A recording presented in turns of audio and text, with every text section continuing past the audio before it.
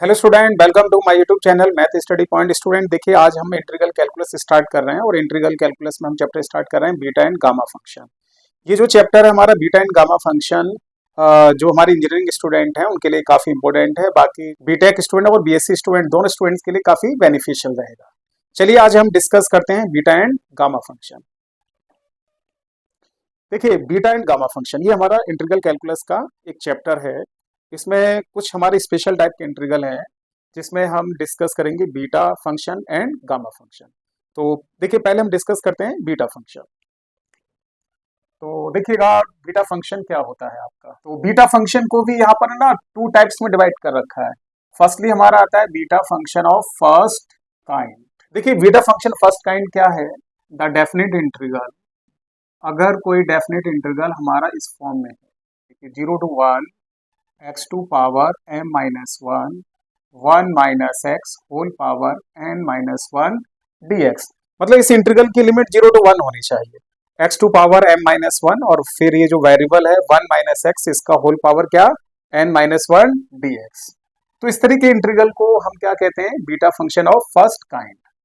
और यहाँ पर देखिएगा, ये जो हमारा m है वो पॉजिटिव होना चाहिए, m और n दोनों क्या होना चाहिए? पॉजिटिव होना चाहिए।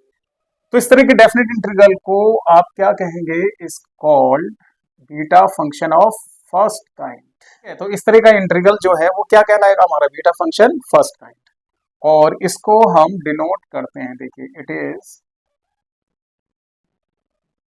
डिनोटेड बाई ऐसे बीटा m कॉमा n, इससे हम रिप्रेजेंट करते हैं। तो ठीक है, तो ये आपको फार्मूला, ये इंटीग्रल आपको याद रखना है। अगर कोई डेफिनेट इंटीग्रल हमारा जिसमें लिमिट क्या होती है 0 to 1 x to power m minus 1 1 minus x whole power n minus 1 dx, तो इस तरह के इंटीग्रल को हम क्या कहते हैं? Beta function of first kind. ठीक है, अब देखिए, इस ये एक इंटीग्रल हो गया, लिमिट हमेशा 0 to 1 होनी चाहिए और इस फॉर्मेट में देखना m माइनस 1 और यहाँ पावर क्या आ रहा है? n minus 1। तो ये जो m और n आ रहा है वही हमारा बीटा m n आ रहा है। ठीक है, हाँ, इसको हम एक्सपेंड कैसे करते हैं, ठीक है ना?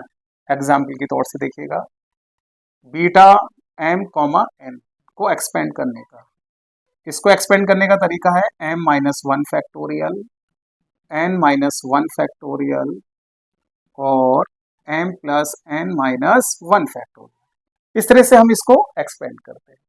ये फॉर्मूला आपको याद रखना है, ठीक है? जैसे ऐसे समझ लीजिए, जैसे कहीं पर है बीटा 4,3, अब आपसे कहा जाए बीटा 4,3 की वैल्यू फाइंड आउट करो, तो कंपेयर करो m के प्लेस पर 4, n के प्लेस पर 3, तो 4 minus 1 3 minus 1 m plus n 4 plus 3 minus 1, 4 में से 1 गया, 1 सब्ट्रैक्ट करेंगे कितना आएगा? 3 फैक्टोरियल, 3 में से 1 सब्ट्रैक्ट करेंगे 2 फैक्टोरियल, 4 और 3 7, 7 में से 1 सब्ट्रैक्ट करो तो 6 फैक्टोरियल। ठीक है, अब इसकी कैलकुलेशन देखिए, इसको एक्सपेंड करते हैं भाई, 3 फैक्टोरियल ऐसे लिखा रहने दीजिए, 2 फैक्टोरियल की वैल्यू 2 इंटू 1। अब आप देखिएगा 6 into 5 into 4 into 3 factorial, 3 factorial से 3 फैक्टोरियल कैंसिल आउट, और देखिएगा 2 2 जा 4, तो सिंपली बीटा 4,3 इसका जो वैल्यू आ गया, देखिएगा क्या निकल कर आ गया है? 1/6 5 जा 30 और 32 जा 60, तो 1/60। तो बीटा एम एन की अगर हमें वैल्यू कैलकुलेट करनी है तो आपको ये फॉर्मूला ध्यान रखना पड़ेगा।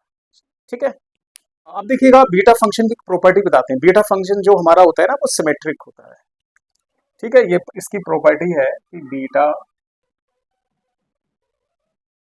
फंक्शन, जो हमारा बीटा फंक्शन है वो कैसा होता है? Symmetric. It means beta m comma n का जो वैल्यू होता है वो किसके इक्वल होता है? बीटा n कॉमा n, मतलब m के प्लेस पर n और n के प्लेस पर अगर हम n को इंटरचेंज कर देते हैं तो कोई इफेक्ट नहीं पड़ेगा।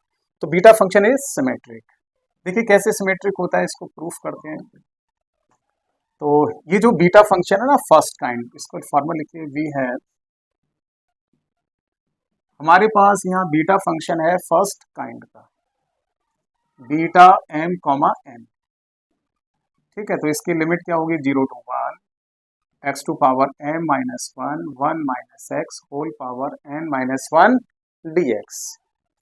अब देखिए, ये आपने ना एक डेफिनेट इंटीग्रल का प्रॉपर्टी पढ़ा होगा, zero to a f of x d x, class 12 में पढ़ा होगा, zero to a f a minus x d x. ये हमारी डेफिनेट इंटीग्रल की प्रॉपर्टी होती है। इस प्रॉपर्टी का यूज करिए, जीरो टू ए मीन्स कितना हो गया, वन, एफ ऑफ एक्स क्या हो गया, ये पूरा टर्म, ठीक है। तो यहाँ देखिएगा बीटा एम कॉमा एन, ये डेफिनेट इंटीग्रल की प्रॉपर्टी यूज की, वेरिएबल के प्लेस पर हमें क्या रखना है, ए माइनस एक्स। तो ए कितना है हमारा, वन माइनस एक्स की power m minus one, one minus x इसकी whole power n minus one d x, ठीक है। तो फिर देखिएगा beta m comma n, zero to one, और क्या बचता है, वन माइनस एक्स की पावर एम माइनस वन। इसको सॉल्व करते हैं, देखिए वन से वन हमारा cancel, minus minus plus, x to power n minus one d x. तो beta m comma n, zero to one, ठीक। और इसको हमने इधर लिख लिया, और इस टर्म को हमने इधर लिख लिया। इस इंटीग्रल को इससे कंपेयर करिए, ठीक है, इस इंटीग्रल को इससे कंपेयर करिए।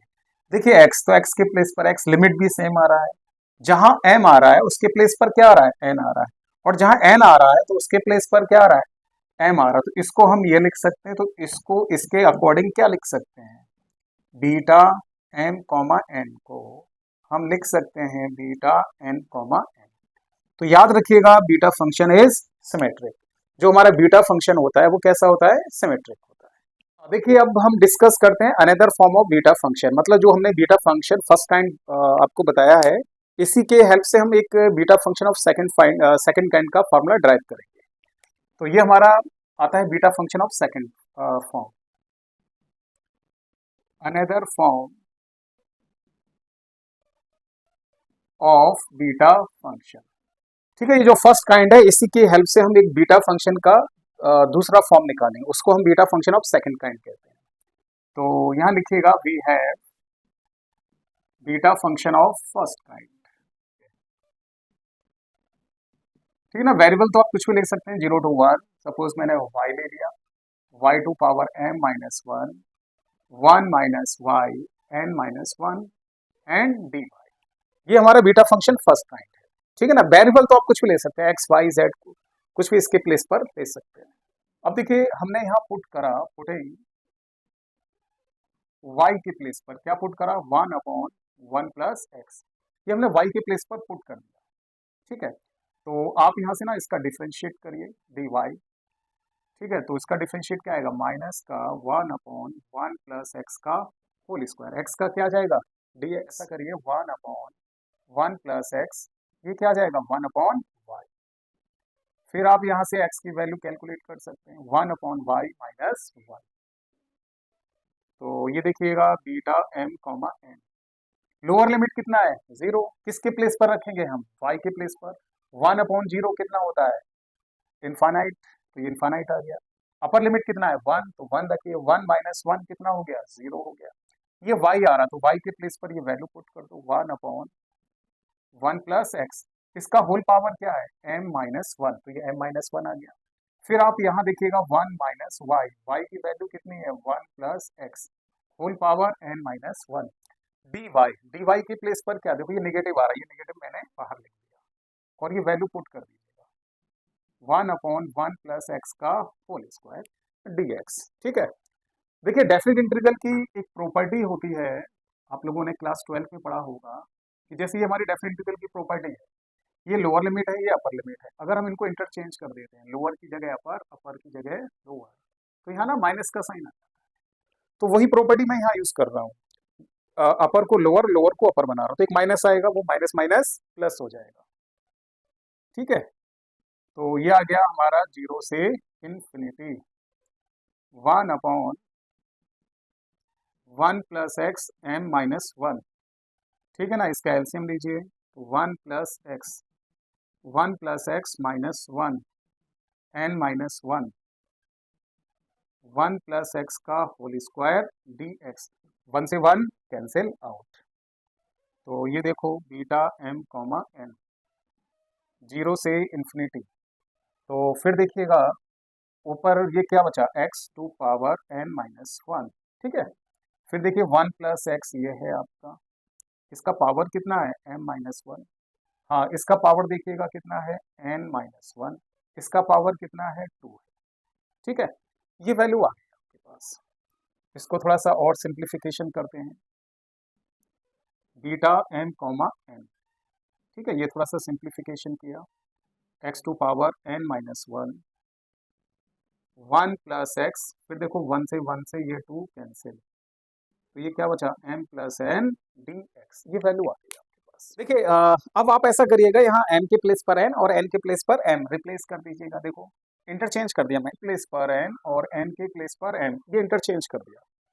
ठीक, तो ये देख रहे हैं जीरो से infinite x to power m minus one, one plus x whole power n plus m d x, ये वैल्यू आ।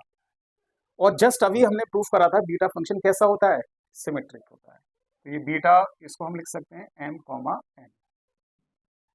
तो आप देख रहे हैं जीरो से infinity x to power m minus one, one plus x m plus n d x. ठीक, beta function symmetric होता है, बीटा एन कॉमा एम को हम क्या लिख सकते हैं, बीटा एम कॉमा एन।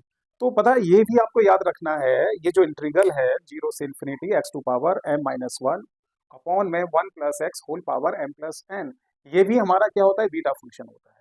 ठीक है, और ये जो बीटा फंक्शन है ये क्या कहलाएगा, सेकंड काइंड कहलाएगा। तो बीटा फंक्शन के हमारे पास दो फार्मूले आ गए हैं, first kind and second kind. ठीक है, तो लिखिए this is called beta function, ये हमारा क्या कहलाएगा, beta function of the second kind. ठीक है, तो ये हमारा beta function of second kind आएगा। तो बीटा फंक्शन फर्स्ट काइंड में लिमिट क्या होगी, जीरो टू वन और x to power m minus one, one minus x whole power n minus one d x. और बीटा फंक्शन सेकंड काइंड में देखिए limit देख रहे हैं, zero to infinity x to power m minus one upon one plus x whole power m plus n d x. तो हमने यहाँ beta function को डिस्कस कर लिया है, इसके दो टाइप्स होते हैं, beta function of first kind and second kind. हाँ, सो स्टूडेंट, उम्मीद करता हूँ आप लोगों को मेरा ये लेक्चर पसंद आया होगा। अगर आप लोगों को मेरा ये लेक्चर पसंद आया है तो प्लीज़ मेरे चैनल को आप सब्सक्राइब करिएगा, इसको लाइक करिएगा, इस पर कमेंट्स करिएगा। अगर आप लोगों ने मेरा चैनल सब्सक्राइब नहीं किया है तो प्लीज़ मेरे चैनल को आप सब्सक्राइब कर लीजिएगा। ठीक है, हम मिलते हैं नेक्स्ट वीडियो में इंटीग्रल कैलकुलस की बीटा एंड गामा फंक्शन। ये तो हमने इस लेक्चर में हमने डिस्कस किया है बीटा फंक्शन, नेक्स्ट लेक्चर में हम डिस्कस करेंगे गामा फंक्शन। ठीक है, ओके।